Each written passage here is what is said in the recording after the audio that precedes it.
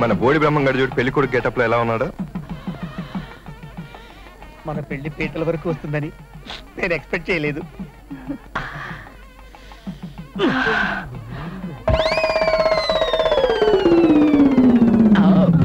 చెయ్యి తీసేసారే.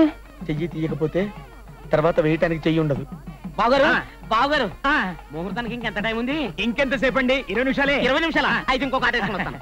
బాబా ఎక్కడికి? ఇంకొక ఆట వేసుకుని. బాబు ఫ్రెష్ గా ఉన్నారు. మంచి మాగిన అరటిపళ్ళు తింటారా?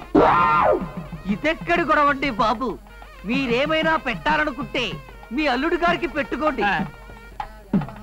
అమ్మాయి త్వరగా దండ తీసురా.